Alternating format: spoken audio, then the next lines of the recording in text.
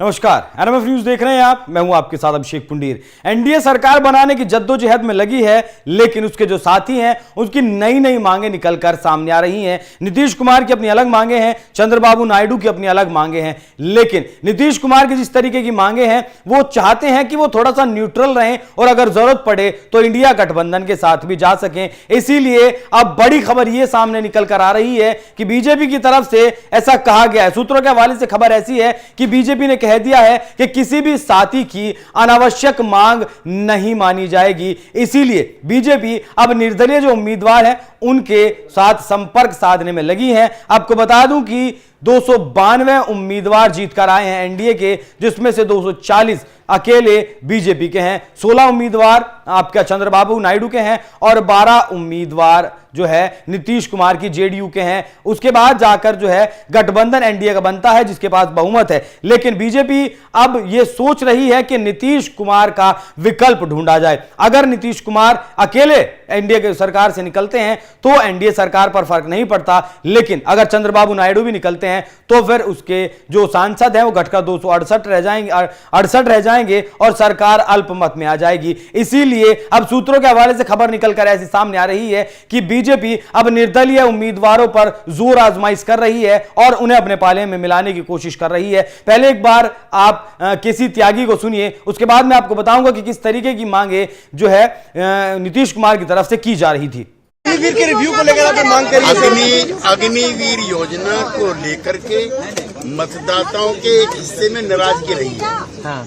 हमारी पार्टी चाहती है कि विस्तार से उन कमियों खामियों को दूर किया जाए जिसको लेकर के जनता ने सवाल उठाए। यूसीसी पर भी क्या यूनिफॉर्म सिविल कोड पर पार्टी के राष्ट्रीय अध्यक्ष होने के नाते विधि आयोग के अध्यक्ष श्री चौहान को मुख्यमंत्री चिट्ठी लिख चुके हैं। हम इसके विरुद्ध नहीं हैं, लेकिन जितने भी स्टेक होल्डर्स हैं, चाहे मुख्यमंत्री हो, चाहे डिफरेंट पॉलिटिकल पार्टीज हों या डिफरेंट सेक्ट्स हों, उनसे बातचीत करके इसका हल निकाला जाना चाहिए। जाति का जनगणना होगी।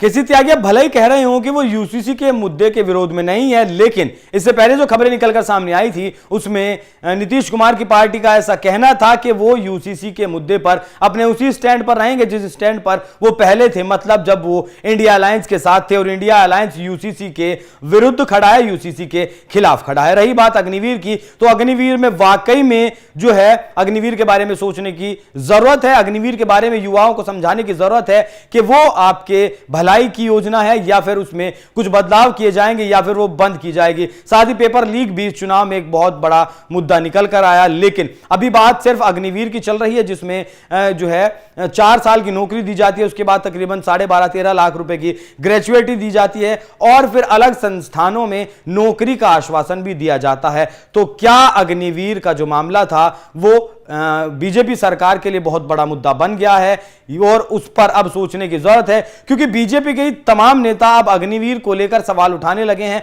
और वो कहने लगे हैं कि वो यूथ के साथ खड़े हैं, युवाओं के साथ खड़े हैं और सरकार को इस बारे में सोचना होगा। तो 2014 से 2024 तक जिस नरेंद्र मोदी ने बहुमत की सरकार चलाई, जब वो मुख्यमंत्री हुआ करते थे तब भी उन्होंने बहुमत की सरकार चलाई, लेकिन अब उन्हें अल्पमत की सरकार चलानी पड़ेगी। मतलब अब गठबंधन के साथियों के नीचे उन्हें दबकर रहना पड़ेगा। क्या वो ऐसा मंजूर करेंगे? क्योंकि जो चंद्रबाबू नायडू हैं उनकी तरफ से भी ऐसी खबरें हैं कि हेल्थ, फाइनेंस और एजुकेशन मिनिस्ट्री की मांग की गई है और साथ ही लोकसभा स्पीकर का जो पद है वो भी टीडीपी को देने की बात कही गई है। अब देखना होगा कि ये मांगे मानी जाती हैं या नहीं, क्योंकि बीजेपी ने साफ कर दिया है कि अनावश्यक मांगों के सामने वो नहीं झुकेगी। और शायद यही इसी का कारण है कि पिछले 2.5 घंटा से बीजेपी के जो अध्यक्ष हैं जेपी नड्डा, उनके घर पर एक मैराथन बैठक चल रही है। प्रधानमंत्री मोदी भी वहां मौजूद हैं, बीएल संतोष भी मौजूद हैं, राजनाथ सिंह, अमित शाह, जेपी नड्डा, सब बड़े नेता इस बैठक में मौजूद हैं। और उसके बाद